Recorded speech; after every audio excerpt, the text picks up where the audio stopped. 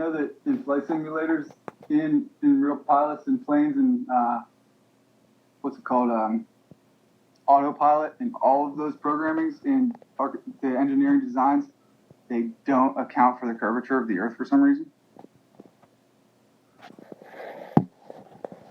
Ever fly simulator or otherwise, it'll just be. I think the exact wording is it's assumed that it's on a fixed flat level plane. It's a simulation, and technically. No, but I mean real life too, and real pilots don't either, and neither does autopilot or anything else. Yeah, well, I wouldn't listen to them. Dude, it's a real pilot. I have friends that are a pilot that's trained in. I've heard this from all of them. Yeah, but you could talk to sailors, and they'll tell you the way that they travel through the oceans and stuff. They have to account for the curvature. It's just the way they. Maybe so, but you would think pilots would have to too. Like every X amount of miles or feet or whatever, they would have to dip their nose so much to stay going around a globe, or else they're going to go flying off into the atmosphere. No, gravitational pull on the planet is equal all the way around, so it's gonna feel as if you're on a flat surface, but you're not, because gravity is equal. It's pulling you equally from everywhere, no matter where you go. So you never have to account for that dip, because it's always going to be keeping you within the atmosphere. Nah, man, because there's velocity. You can get out of the gravity if you go fast enough velocity. Well, there's nothing. We're not flying anything that has got that power to get out of there, though. Do you know what I mean? There's a Mach. There would at least be like some. You'd have to count. I don't know, man. I think that's very, very weird. I don't think it's weird. I think it's a ploy that a lot of hired paid actors have put videos together and put them out there trying to prove that the Earth is flat. That's all they're doing. Dude, but the flat Earth theory is nothing but a divide and conquer tactic. That's all it is. I'm not going into flat. I'm just saying, look at any freaking Air Force, what's it called, manuals. It says we assume that we are flying on a fixed level plane. They have to account for that. See, they don't ever have to dip, ever. They never should have to dip their nose. They're never accounting for curvature, but they're assuming it's a flat or the motion of the Earth. Like if you left in one direction with the Earth's rotation, it would take you much longer to get to a destination than if you went against the Earth's rotation, because it would be spinning away from you. You get there twice as fast. But they never account for any of that. It's bizarre, man. I think there's more technical stuff behind it that we don't know and we don't understand.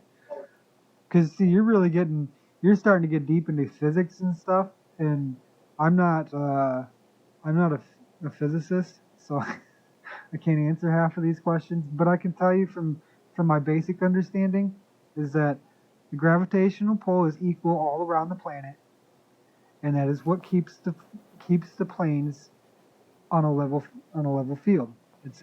No matter what, they don't have to, because the planes that we use, like commercial flights and stuff, they don't have the power or the velocity to pull out of our fucking atmosphere. The gravitational pull up there is much stronger. They just can't. All right, well, second law of thermodynamics. How is a atmosphere contained by a vacuum? Can't. It has to have a container. Second law of thermodynamics.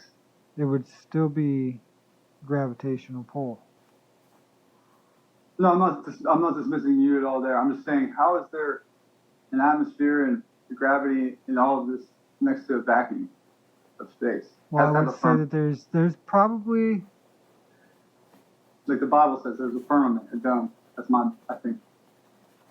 They had an operation called Operation Fishbowl in the 60s, where they were just shooting off nuclear bombs into the fucking atmosphere for some reason to test high altitude nuclear detonations. And it was you can look up the videos, it's very clearly running into a ceiling, if you ask me. The firmament. They're trying to the firmament. test. Sorry, dude. You're good. That shit is. I just no. I don't believe that there's a firmament. There's not a fucking. There's not a. It's not flat. Okay. There are certain things you can. Prove it's not flat. That's what I'll say. I keep telling you, you got to talk to sailors. Stop talking But to air. I'm saying, like, in my observed reality, if I can't observe it, and All you by have the to way, do is there's never talk been any to- curvature shown. There's never been any curvature demonstrated except by NASA with CGI and fisheye lenses. How can they? Nope. How can they demonstrate curvature to you though? On a massive scale, dude. For people to actually understand it and see it and witness it, they can't. Just set up a camera without a fisheye lens high enough, and we would see curvature. And a bunch of independent amateurs have done it up to 20 miles high, no curvature. And the horizon still meets them at eye level, so that indicates a flat level plane.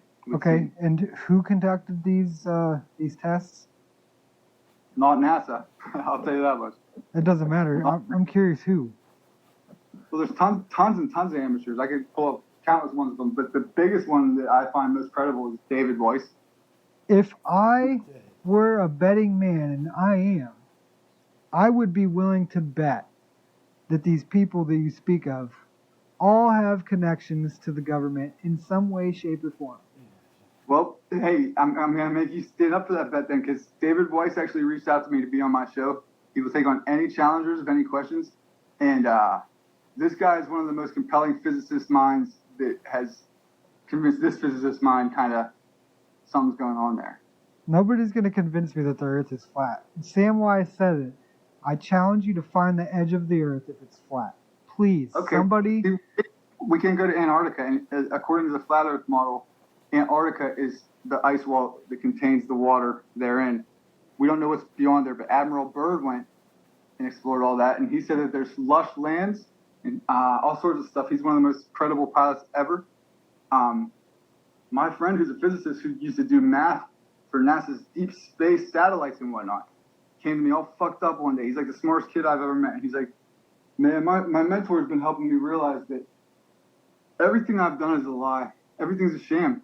Because in a perfect vacuum, there's nothing to thrust off of.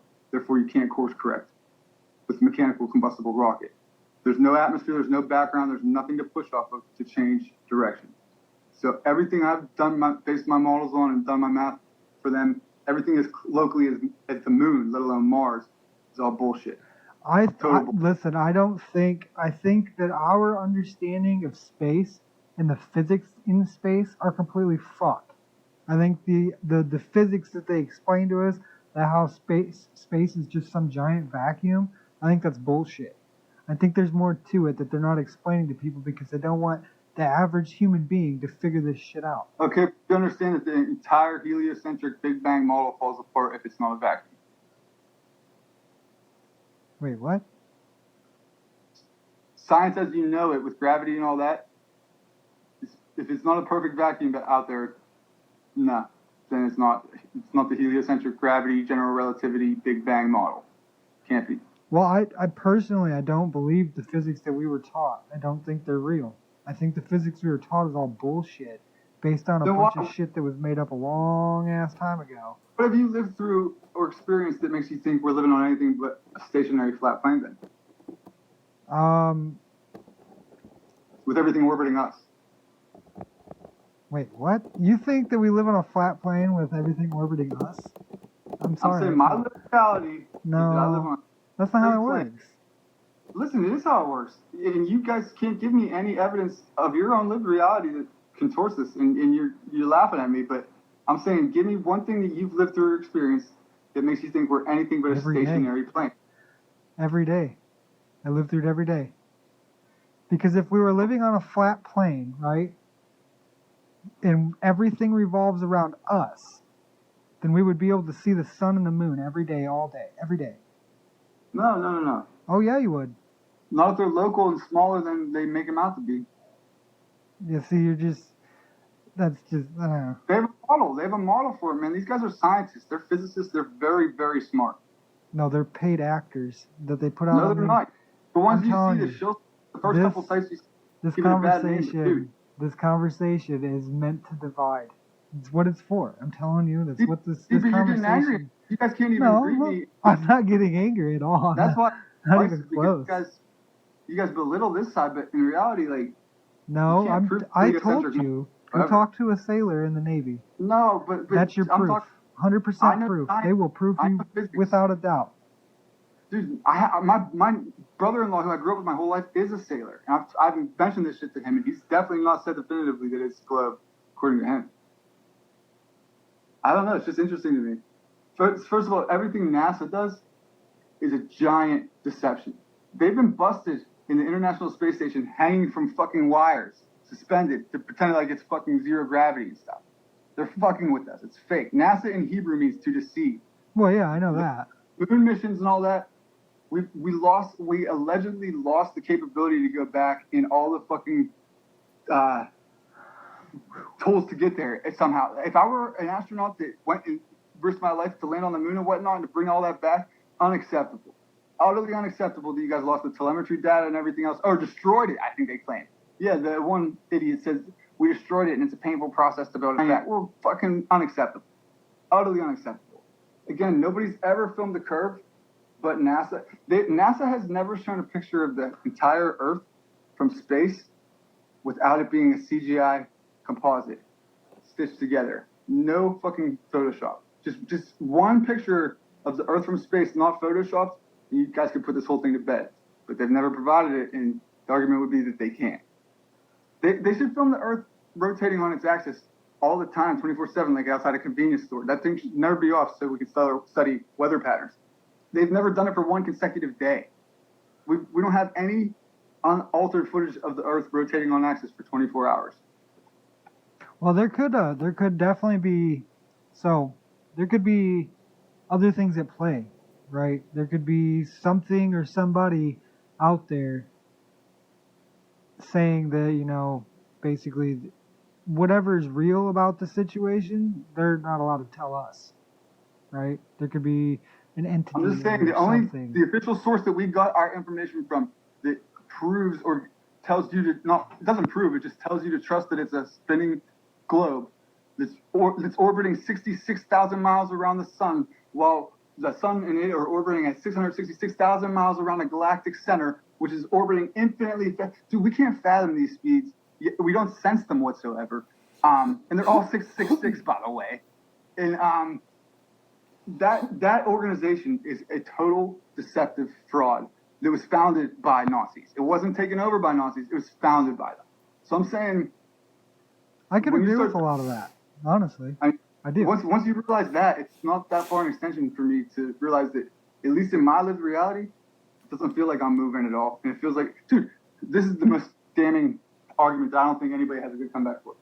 If we are moving at all, and everything else, all the alleged rotations around the center and everything else that I just said is going on, and we're orbiting on our own, revolving on our own axis, how on earth has the North Star Polaris been in the same exact spot above the North Pole since observed astrological history? Wouldn't be there for 2 nights in a row, let alone fucking all the time. Couldn't be. With all those variables. Because everything's moving, man. There's no way it would stay in the same spot. If it's in the same spot over the North Pole it's the axis. If it's over that axis, it's going to be in the same place every day, same time. If we're a fixed plane, it's not moving, yes. But not if we're moving on our own, orbiting on a wobble while we're revolving around the sun, while we're orbiting around a fucking galaxy and all this other stuff. No way. No way. It would never be observed, let alone all constellations. I think that there's a lot of information missing to back up either side of the story. Think about all that movement I just explained. How could the star be observed in the same spot ever? I'm telling you, there's information, there's mathematical information behind this that is missing. No, there pretty isn't, much breaks this context completely. They don't have any math for this. The reason they create the wobble of the Earth and this tilt and all this stuff is to start justifying these otherwise inexplicable phenomena, and you have to have it so far away, tens and thousands, millions of light years, so that it convolutes everything. I don't know, man. I really think there's some mathematical stuff behind it that maybe even the best fucking scientists and mathematicians in the world can't even figure out. I think there's things that we don't understand. That means it's bullshit. If they have to come up with... Dude, I always read general relativity as a young man, and I was like, this is just... I get what he's getting at, but it makes a lot of something out of nothing. And Tesla said the same thing. These mathematicians come up with